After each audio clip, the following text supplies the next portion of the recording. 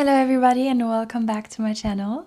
My name is Celine and this is my second video on this channel. I'm really excited. Today I want to talk about something that I think is probably actually the most important thing to understand in this life. And that is how to change your reality into one that is actually in alignment with who you are as a person and that actually makes you happy, because I think this is what we are all here for on this earth, is to be creators, to heal ourselves and to find a reality that is actually in alignment with our inner power, in alignment with God's will, and is making us happy and the people around us too. And I see a lot of people struggling to find that, and including myself in the past, or still am. It's still a journey. So I wanted to talk about this today.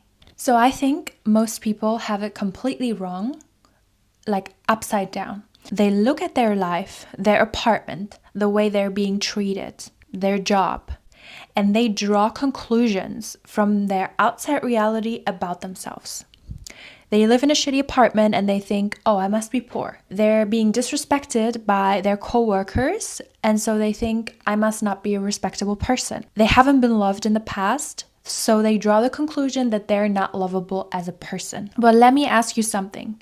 If you see a child that is not being loved by its parents, would you ever draw a conclusion about the child not being lovable?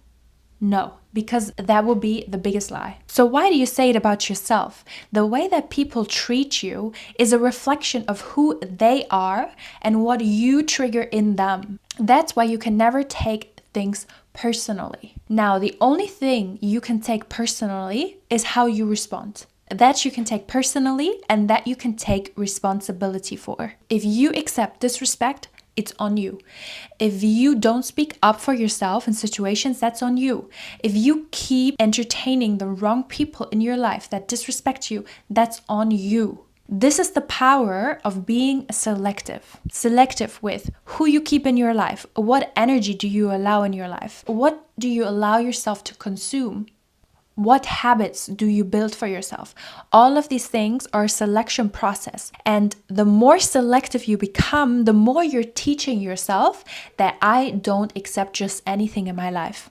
And the more you teach yourself this, the more self-respect you're going to build. The only difference between someone that stays stuck in their life and someone that goes for what they actually want is mindset.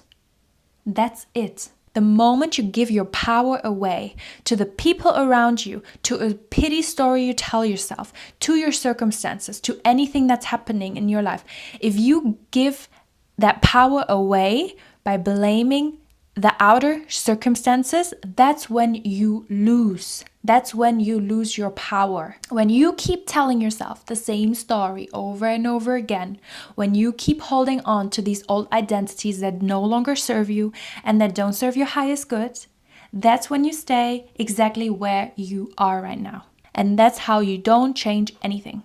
Your surroundings do not define your worth.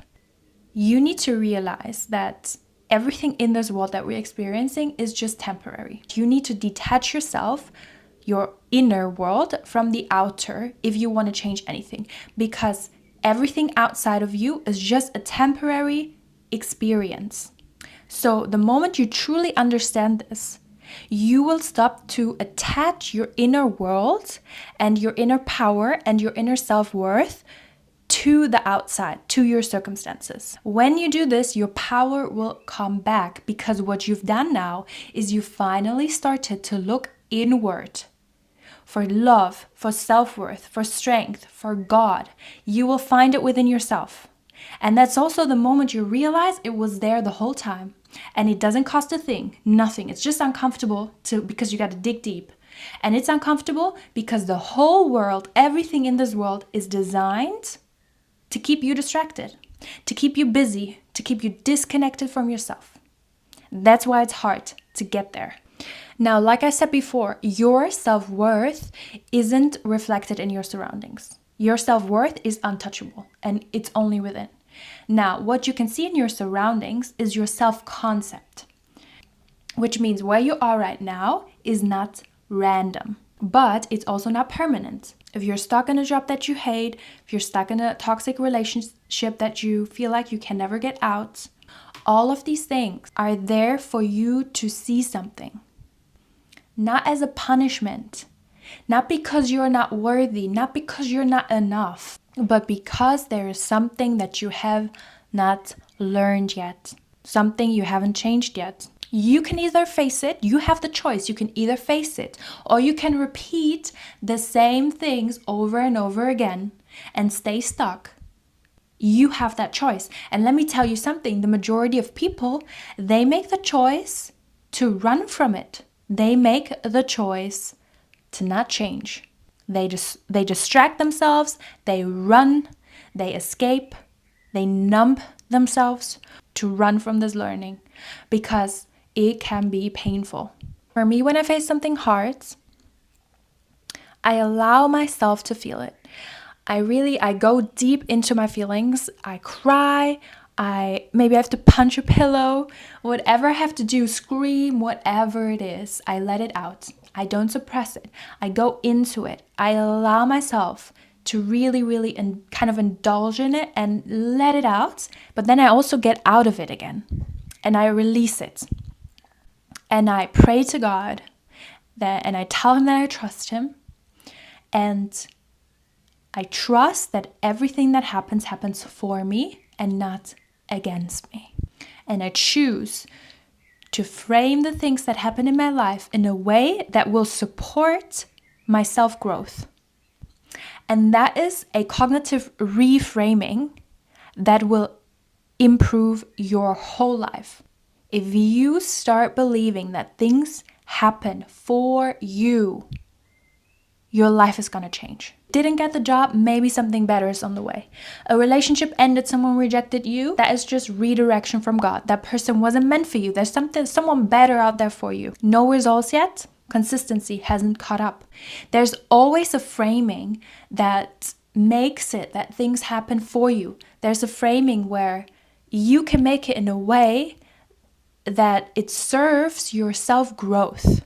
And this is a decision that you have. So what I'm trying to make you see is how powerful you are and how powerful your perception is. If you change how you see things, what's going to happen now is you're going to change how you feel about these things. When you change how you feel about these things, your actions are going to change. Once your actions change, your results are going to change, and those results are going to reinforce the change of perception that started the whole thing. It's like a loop. It's like a loop of reinforcement, and it all starts with your perception. That's how your life changes, and that's how you change.